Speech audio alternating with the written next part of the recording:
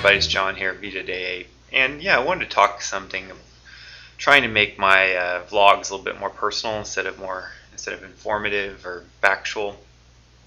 And it's a little bit difficult to talk about just because I feel like I feel personally embarrassed about my behavior, and I don't really like to share it with anyone, but this is an attempt to do so.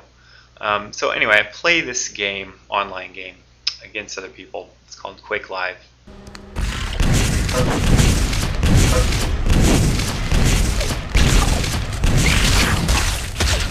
This game has been around for a long time. People have been playing it for over 10 years now. And it's a very competitive first-person shooter where the object is to frag, as many as the other people, on the internet as you can. And it's also very fast-paced. I mean, it's lightning quick. Reflexes are required. Good tactics, good decision-making. All this on the fly, in a matter of fractions of seconds in terms of making some decisions. And living and dying is, a knife edge a lot of times. If you're good, you usually live much more times than if you're bad or you're not as skilled, you lose. And I've been playing this game probably for about 2 years now. And it's a source of supreme frustration with me, even though it's something that I elect to do. I spend my free time playing it. There's hundreds of, if not thousands of other games that I could be playing, but I choose to play this. Yet my experience playing it falls in two categories. One, if I'm doing well, I expect to do well. I'm not overly pleased with myself the vast majority of the time. In fact, if I dominate my other opponent or opponents, I feel bad. I feel bad for them. It's not an enjoyable experience. And so there's that half. I mean, it's not all bad, but it's not like as fulfilling as maybe you'd expect it to be, or maybe I'd expect other people to experience it. But the other flip side of the losing, and I'm up to a level now where I'm playing against some of the best people, and losing miserably in certain cases where I'm just thoroughly beaten and I just have no chance of winning, and I'm just fighting just to even be respectable, and usually not in those cases. And there's something in me in those moments that it just collapses, and it's like my entire self-worth is based on the outcome of that game, even though going into it, because you recognize the players that are good, that I have really no chance of winning over the relative long term of the match. I mean, like virtually zero. The skill differences are so wide in some cases.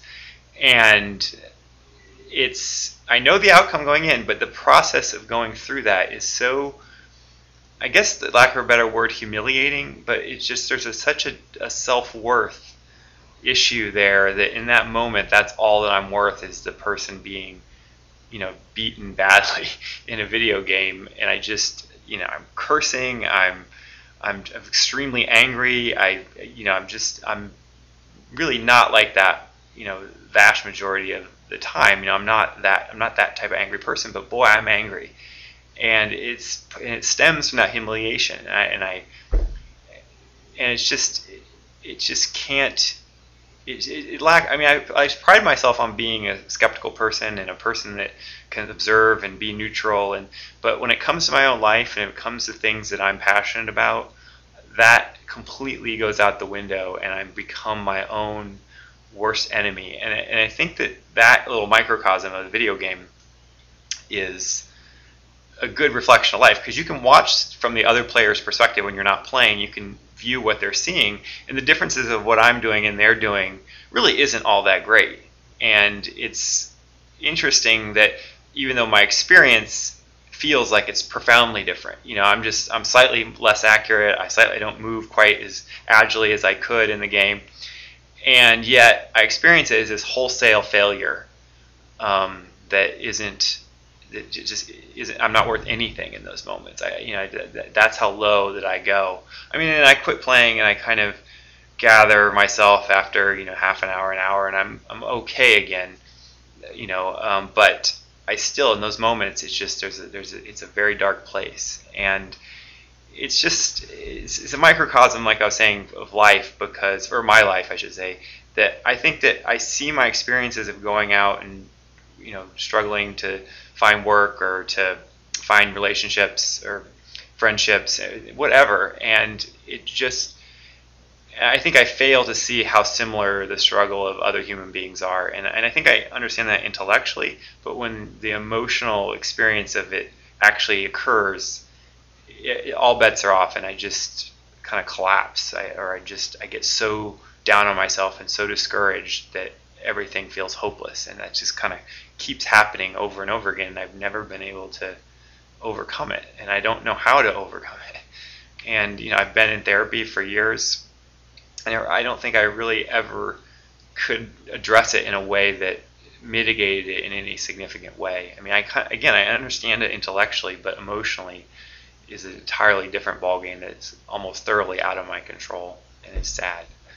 It's a sad existence. I don't know. Do other people have that, or I mean, I don't expect to give advice of how to solve it, but that experience, I just don't.